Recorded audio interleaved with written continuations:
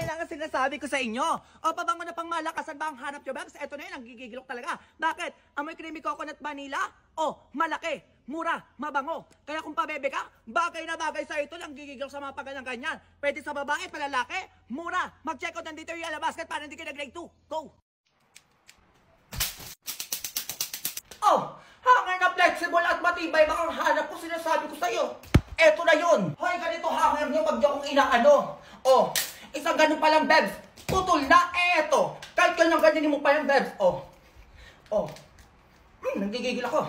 Matibay. Oh, ano tawag doon? Oh, ano?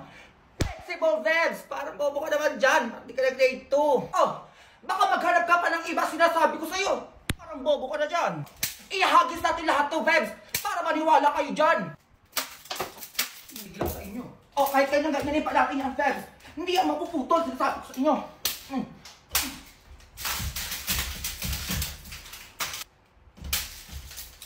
Pagod na ako, nanggigigil ako sa inyo. Hindi ko alam bakit di siya nasisira eh. Nanggigigil ako kahit kanyang ganyanin mo siya, oh. Ay, grabe ka naman, Bebs. Uy, ubo ka. O, maghahanap ka ba ng ibang hanger, Bebs? Eto na yung sinasabi ko sa inyo. Ayan ang Yellow Basket natin dyan. Mag-check out ka na.